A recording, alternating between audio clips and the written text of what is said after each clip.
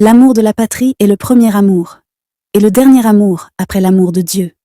C'est un feu qui s'allume, alors que luit le jour, où notre regard luit comme un céleste feu. C'est le jour baptismal aux paupières divines. De l'enfant, la rumeur de l'aurore aux oreilles frais, éclose, c'est l'air emplissant les poitrines en fleurs, l'air printanier rempli d'odeurs vermeilles. L'enfant grandit, il sent la terre sous ses pas, qui le porte, le berce, et bonne, le nourrit, et douce, désaltère encore ses repas, d'une liqueur, délice et gloire de l'esprit. Puis l'enfant se fait homme, ou devient jeune fille. Et cependant que croît sa chair pleine de grâce, son âme se répand par-delà la famille, et cherche une âme sœur, une chair qui l'enlace. Et quand il a trouvé cette âme et cette chair, il naît d'autres enfants encore, fleurs de fleurs qui germeront aussi le jardin jeune et cher. Des générations d'ici, non pas d'ailleurs. L'homme et la femme, ayant l'un et l'autre leurs tâches, s'en vont un peu chacun de son côté. La femme, gardienne du foyer, tout le jour sans relâche. La nuit garde l'honneur comme une chaste femme. L'homme vaque aux durs soins du dehors. Les travaux, la parole à porter, sur ce qu'il vaut.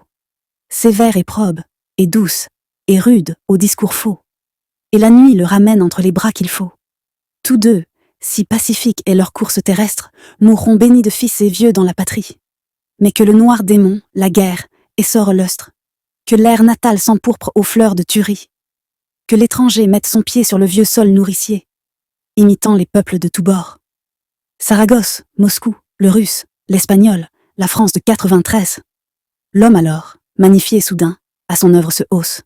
Et tragique, et classique, et très fort, et très calme. Lutte pour sa maison, ou combat pour sa fosse. Meurt en pensant aux siens, ou leur conquiert la palme. S'il survit, il reprend le train de tous les jours.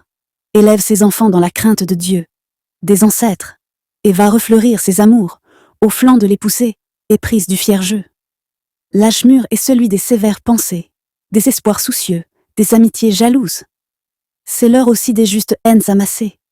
Et quand sur la place publique, habits et blouses, les citoyens discordent en d'honnêtes combats, et combien douloureux à leur fraternité, s'arrachent les devoirs et les droits, et non pas pour le lucre, mais pour une stricte équité.